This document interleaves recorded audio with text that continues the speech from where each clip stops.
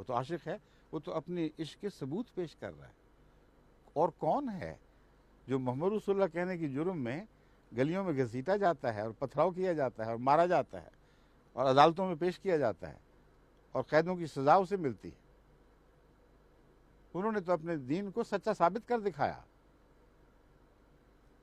تم پر اب ہے اس بات کی ذمہ داری کہ ان باتوں کو سنو اور غور کرو، اپنے عشق رسول کو بھی سچا کر دکھاؤ۔ مگر افسوس کہ ایسا نہیں۔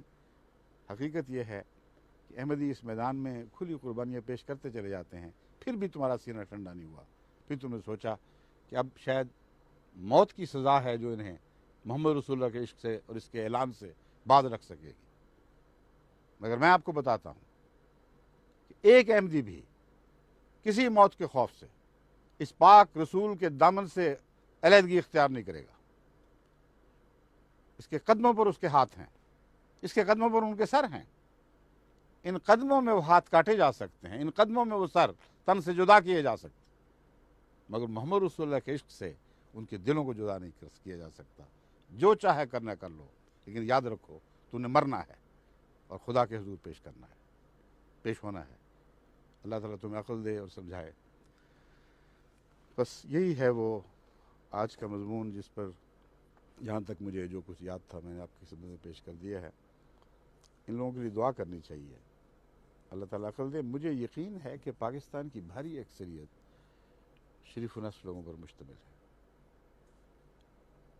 جو حضرت محمد رسول اللہ کے دامن سے وابستہ ہو، اگر اس میں کچھ بھی ادنا بھی سچائی ہو تو خواہ وہ کتنا ہی کردار میں گر جائے، پھر بھی ایک مقام پر آ کر ٹھہر جاتا ہے، مزید نہیں گرتا۔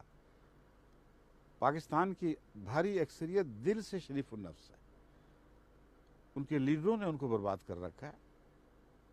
غلط قسم کے علماء نے غلط تعلیمات دے کر ان کے دین کا بھی حلیہ بگاڑ دیا، ان کے اخلاق کا بھی حلیہ بگاڑ رکھا ہے۔ ان تک اگر یہ باتیں پہنچے، تم دیکھو پاکستان میں ایک عظیم روحانی انقلاب برپا ہو جائے گا، اور سارا ملک اپنی بنیادی شرافت کے لحاظ سے اس کے لیے تیار بیٹھا ہے۔ ہم تو دعا کرتے ہیں کہ اللہ جلد از جلد وہ دن دکھائے جبکہ پاکستان حقیقتاً ظاہراً ہی نہیں دل سے بھی پاکستان ہو چکا ہو۔ خدا کرے کہ ایسا ہی ہو۔ السلام علیکم ورحمۃ اللہ وبرکاتہ۔